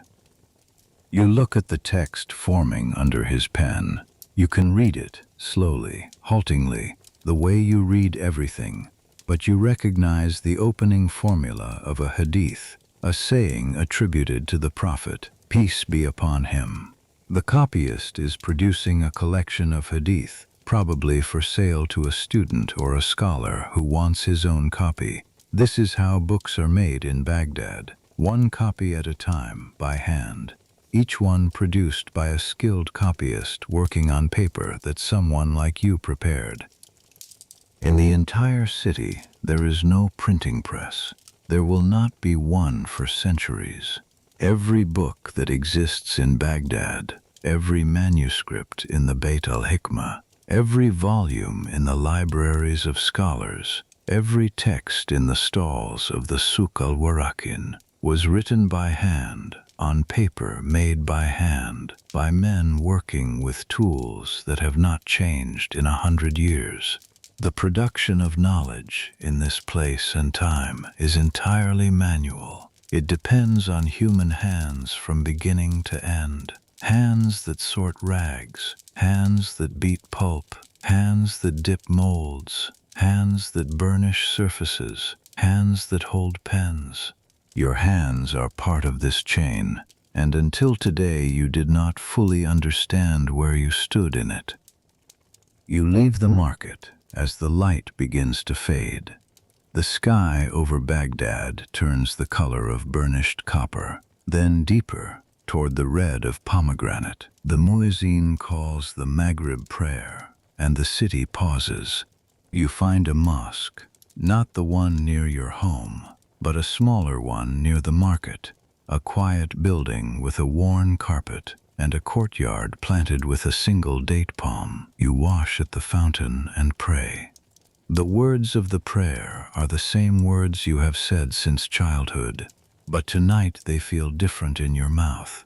Tonight you are praying in a city that is producing more books than any city has ever produced in the history of the world, and you are one of the people who makes this possible.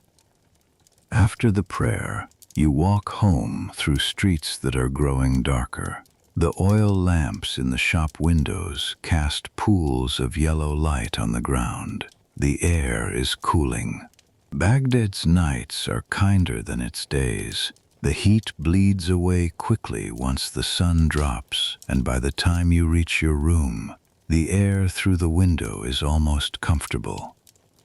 You eat a simple meal. Bread, a bowl of lentil soup bought from the cook on the ground floor, a few olives. You eat by the light of your oil lamp sitting on the floor, with the window open to the night. You think about Dawood's words, about the Almagest and Ptolemy, about Hunayn ibn Ishaq standing in that room, speaking so fast that his translator could barely write, about the shelves of paper in the storeroom, paper from a dozen mills, paper in colors you have never made, paper that will carry words in languages you do not speak to readers in countries you will never visit. You think about the copyist in the souk, his pen moving from right to left, forming letters on a sheet that passed through your hands weeks ago. And you think about rags, about the torn turbans and worn-out tunics that sit in the soaking pit right now, breaking down, loosening, forgetting their shape. Tomorrow they will be boiled, the day after beaten, the day after that spread on a screen and turned into something new, something that lasts. The paper does not remember the rags. The book does not remember the paper. The knowledge does not remember the book, but the chain is unbroken, and you are a link in it. You lower the lamp. The room darkens. Through the window, you can see a scattering of stars above the rooftops, the same stars that Ptolemy described, the same stars that Hunayn ibn Ishaq's team is translating into Arabic, using mathematics you will never understand, on paper you made with your hands. The distance between you and those stars is the same distance that exists between your work and the work of scholars. It is vast and it is unbridgeable, and yet somehow, through a chain of rags and water and fiber and ink, you are connected to it. Tomorrow there will be a new order. There is always a new order, but something else will happen tomorrow that you are not expecting. Dawood will return to the mill, not with an inspection and not with a complaint. He will come with a request that will take you out of the mill and into a part of the city you do not know, and into a room where a man is waiting to show you something about your own paper that you have never seen. Dawood arrives at the mill in the late morning, while you are at the vat making ordinary paper for the government offices. He speaks briefly with Abu Khalid, and then Abu Khalid calls your name the same way he did 9 days ago, without raising his voice, without gesturing, simply saying the word and waiting. Dawood tells you that a calligrapher at the Beit al-Hikmah has begun work on the Ptolemy translation. The first pages are being written. The calligrapher has asked to meet the papermaker. This is unusual. Calligraphers do not normally concern themselves with who made their paper, any more than a horseman concerns himself with who forged the nails in his horse's shoes. But this calligrapher is particular.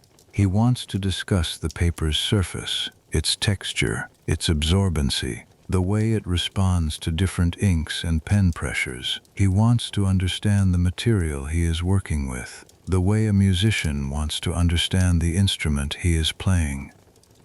Abu Khalid nods and tells you to go. He does not ask when you will be back. He simply turns to the next man at the vats and adjusts the morning's work assignments to cover your absence. You wash your hands in the canal. You wash them again with water from the clean jar. You scrub the fiber from under your fingernails with a small stick. Your hands are still rough, still cracked, still carrying the smell of lye in their deepest creases, but they are as clean as you can make them. The walk to the Beit al-Hikmah is familiar now. The same bridge of boats, the same sway underfoot, the same brown water of the Tigris flowing beneath you, carrying the silt of the north toward the sea. The eastern bank, the wider streets, the Bimaristan, the tall minaret. You walk faster than the first time. You know the way. Dawood leads you through the courtyard and past the fountain, but today he does not take you to the storeroom or the translation room. He leads you down a different corridor, into a smaller chamber at the far end of the complex. The room is quiet. The light comes from a single large window that faces north, providing even, shadowless illumination. The walls are bare except for a single shelf of ink bottles and a rack of reed pens.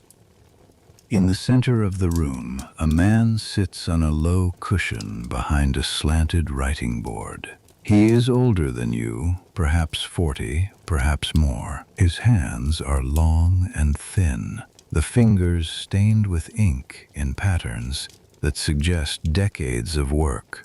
His right hand rests on the board beside a sheet of paper. Your paper. You recognize it immediately. The color, the sheen, the faint warmth of the ivory tint. It is one of the 300 sheets you made.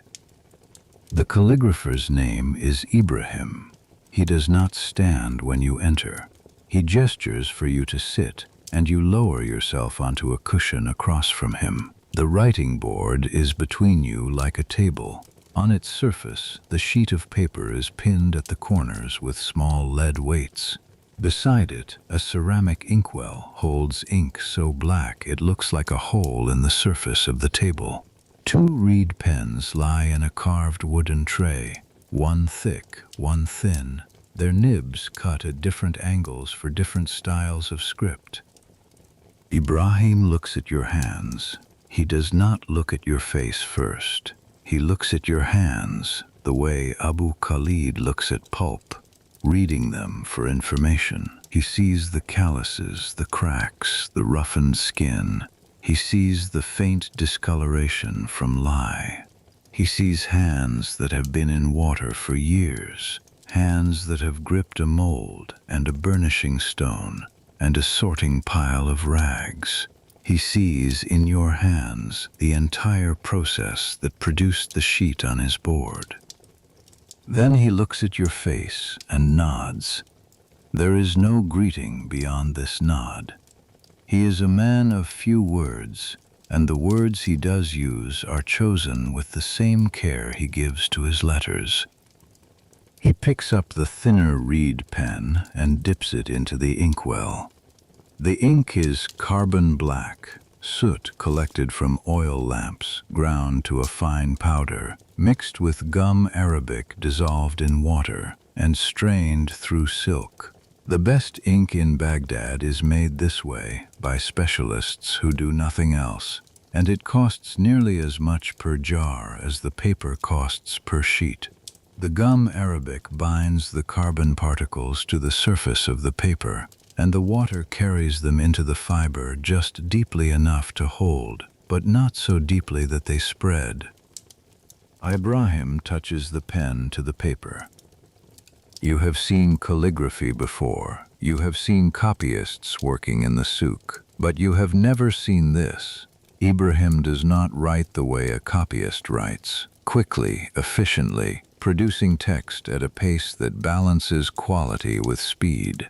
Ibrahim writes the way Abu Khalid inspects paper, slowly, deliberately, with an attention so concentrated that the room seems to contract around the point of contact between pen and surface. The nib touches, the ink flows, a single stroke emerges, a vertical line slightly curved, with a thick beginning and a thin end. The pen lifting away from the paper in a motion so controlled that the terminal point is sharp as a needle. This is the first stroke of the letter Alif, the first letter of the Arabic alphabet, and it is being written on paper you made. You watch the ink settle into the surface. It does not bleed. It does not spread. It sits on the sized and burnished surface exactly where Ibrahim placed it, in the exact width and shape he intended. The starch you applied with a horsehair brush is doing its work. The burnishing you performed with the agate stone is doing its work. The hours of preparation, the soaking, the boiling, the beating, the forming, the pressing, the drying, the sizing, the burnishing, all of it converges in this single moment, this contact between ink and paper, this point where your labor meets his skill. Ibrahim writes a word, then another, then a phrase. The pen moves from right to left across the page, and the letters form with a precision that seems impossible, each stroke calibrated, each curve consistent, each dot placed with the exactness of a mathematician marking a point on a grid. The script is thuluth, a formal style used for headings and important passages, with elongated vertical strokes and wide sweeping horizontals that give the text a monumental quality. This is not writing, this is architecture in ink. He pauses and looks at the paper. He runs a fingertip along the edge of a letter, feeling the way the ink has dried. He tilts the board and examines the surface in the light from the window. Then he turns to you and speaks. The paper, he says, is good. He uses the word jaid, which means good in a way that is stronger than tayyib. Tayyib is acceptable, satisfactory. Jayyid is genuinely good. He says the surface holds ink well. The burnish is even. The sizing is consistent across the sheet. He can feel no variation in thickness. The laid lines are fine and do not interfere with the pen's movement. He says he has worked on paper from Samarkand, from Damascus, from mills in Basra and in the Sawad. This paper, he says, is among the best he has used. Then he asks you a question that no one has ever asked you. He asks how you make the surface so smooth. You tell him about the agate stone, about the diagonal strokes, the concave board, the 2 coats of starch. You tell him about the double-beaten pulp, the fine-screened mold, the careful drying on the south-facing wall. You describe the process the way Abu Khalid would describe it, in precise, factual terms, without decoration or embellishment. The process is what it is. It does not need adornment. Ibrahim listens. He nods at certain points. At the mention of the agate stone, at the description of the double sizing. When you finish, he picks up the pen again and writes another line, and this time you watch not the pen but the paper, and you see what he sees, the surface responding to the ink, accepting it, holding it, presenting it. The paper is not passive, it is active. It is participating in the act of writing, offering its surface the way a riverbed offers its stones to the water. And the quality of that offering, the smoothness, the evenness, the absence of flaws, determines the quality of the writing that the surface can support. You understand something in this moment that you did not understand before. The relationship between papermaker and calligrapher is not merely a commercial transaction, paper sold, ink applied, finished. It is a collaboration. The papermaker prepares a surface. The calligrapher trusts that surface with his skill. If the surface fails, if the ink bleeds, if the pen catches, if the thickness varies, the calligrapher's art is diminished. If the surface is perfect, the calligrapher's art is free to reach its highest expression. Your work does not appear on the finished page, but your work determines what the finished page can become. Ibrahim writes for another half hour while you watch. The page fills with text, lines of dense, beautiful Arabic script that you can read only partially. The words are Ptolemies, translated from Greek, describing the apparent motions of the planets against the fixed stars. You do not understand the astronomy, but you understand the paper. You understand the way the ink sits on the surface you prepared. You understand the silence in the room, the stillness of the air, the slow, deliberate movements of a man who treats each letter as an act of devotion. When Ibrahim finishes, he sets the pen down and blows gently across the page to dry the final lines of ink. The breath moves the lightest particles of carbon that have not yet bonded to the gum Arabic, fixing them in place. Then he lifts the sheet from the board and holds it up. The page is dense with writing. The Thuluth script fills the upper portion, a heading, a title, a Bismillah. Below it, in a smaller, tighter Naskh script, the body text begins. The ink is perfectly black against the ivory surface. There is not a single blot, not a single place where the pen has caught or the ink has spread. The paper has held. Your paper has held. Ibrahim looks at you over the top of the page. He does not smile. Calligraphers, like papermakers, are not given to unnecessary expression. But there is something in his eyes, a recognition, an acknowledgement, that passes between you without words. He sets the page aside and picks up a fresh sheet, and you understand that your visit is over. He has work to do. The Almagist will not write itself. Dawood walks you out. At the entrance to the complex, he stops and tells you something. The Beit al-Hikmah will need more paper, not just for the Ptolemy translation, but for other projects. Translations of Galen's medical texts, of Euclid's geometry, of Aristotle's treatises on logic and metaphysics. The demand for high-quality paper is growing. Dawood asks if your mill can supply a regular order, 100 sheets per month, to the same specifications as the first batch. You tell him you will speak with Abu Khalid. You walk back across the bridge of boats.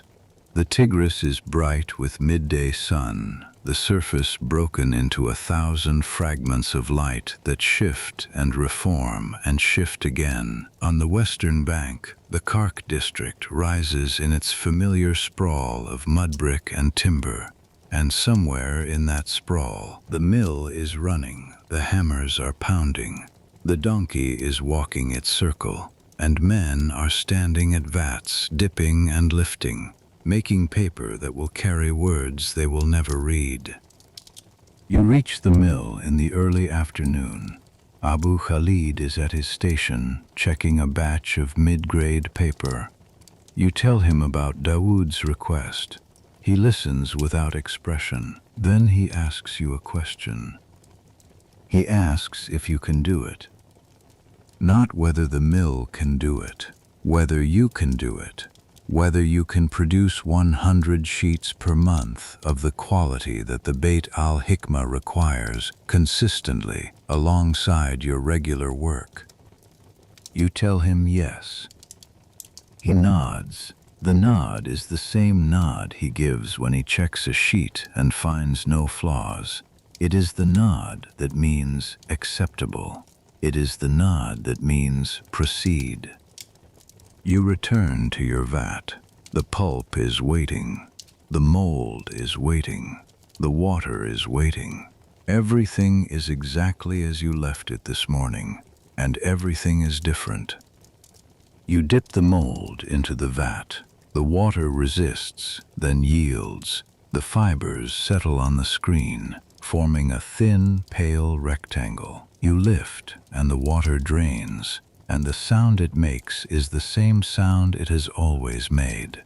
A soft rushing, like a stream over stones. You set the sheet on the stack and dip again. The afternoon passes. The light shifts.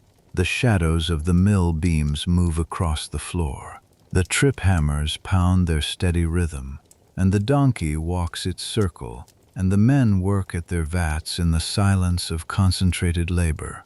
The city moves around the mill, vendors calling, donkeys braying, children playing, the muezzin calling the faithful to prayer. And inside, the mill maintains its own rhythm, its own time, its own world. You make 140 sheets by the end of the day. It is an ordinary number for an ordinary day. The sheets will go to the storeroom, be bundled into reams, and delivered to the government offices where scribes will write tax records and military orders and judicial decisions on them. None of these sheets will carry the words of Ptolemy.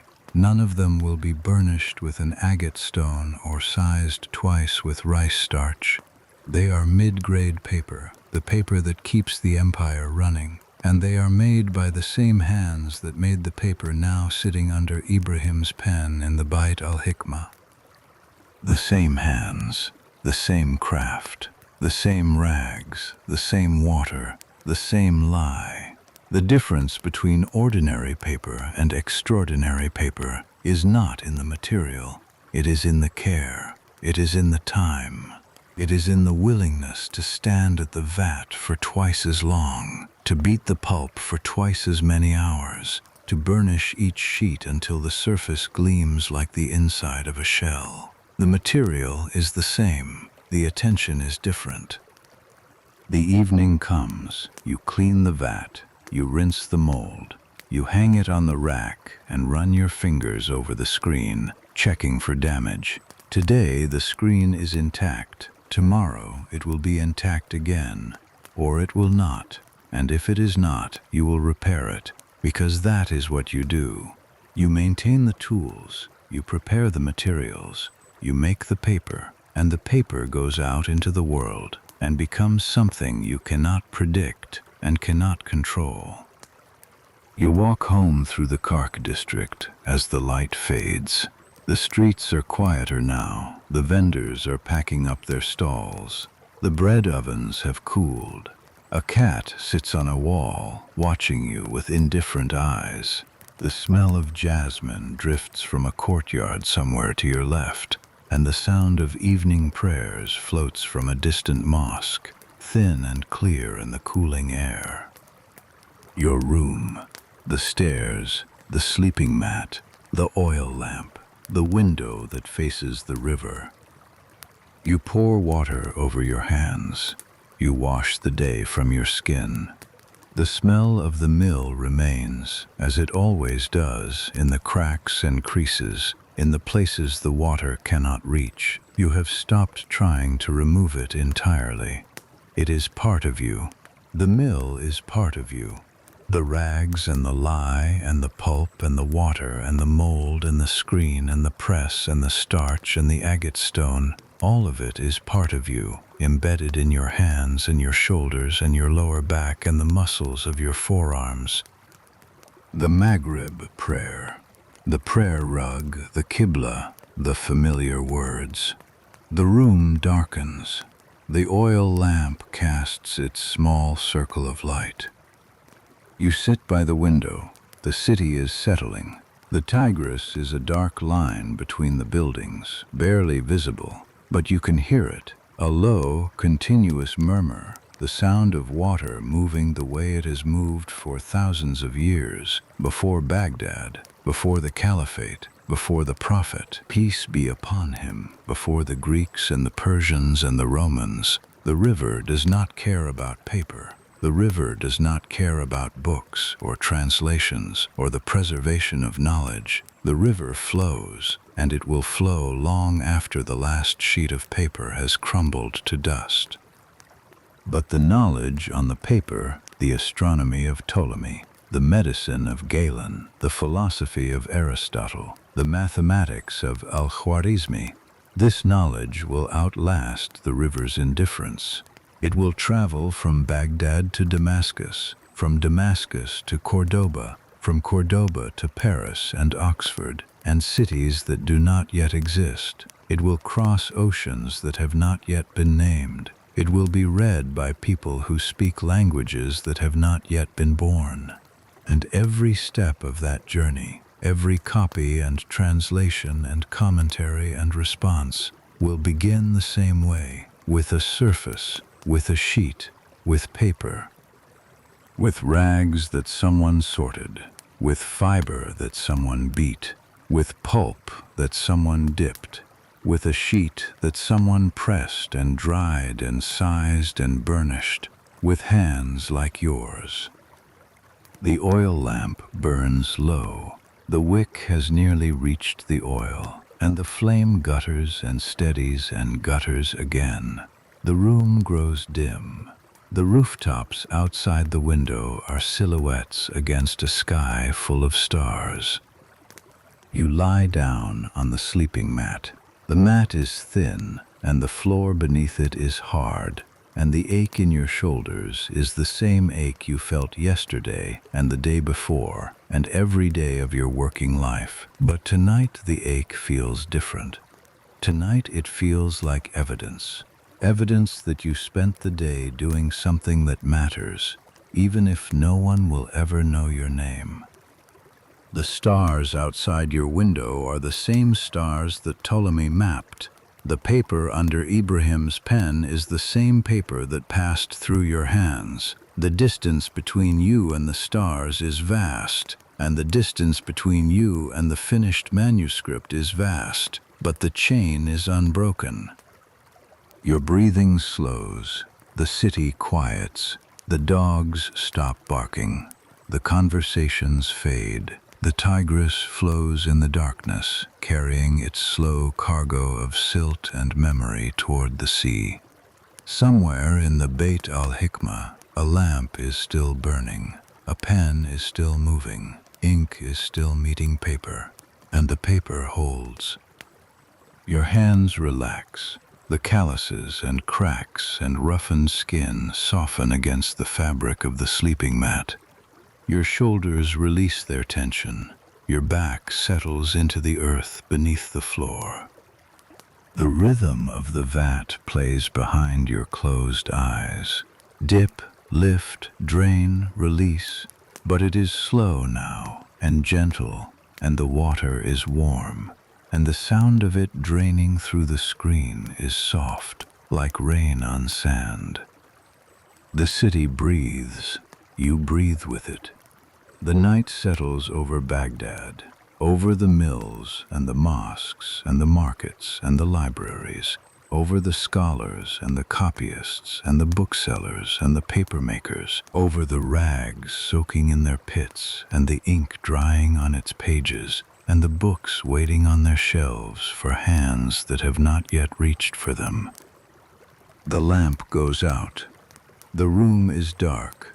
The stars shine through the window, steady and silent, the same stars that will be described on your paper in a language you do not speak, preserved in a book you will never read, carried across centuries by a material so ordinary that no one will remember it, was once a pile of torn cloth in a soaking pit in Baghdad. You sleep. The paper holds, the knowledge travels, and the chain, link by invisible link, stretches forward into a future you cannot see but that your hands have already begun to build. If you enjoyed this story, thank you so much for listening. A like, a subscribe, or turning on notifications. Any of these mean more than you know for a channel like this one. Good night. Sleep well.